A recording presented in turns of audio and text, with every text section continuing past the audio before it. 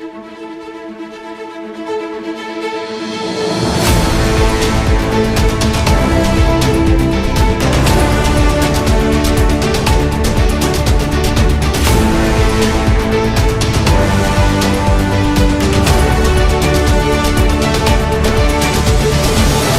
tensions have erupted in the Middle East as the United States launched a new wave of airstrikes on Iran, with explosions reported across the country's southern region.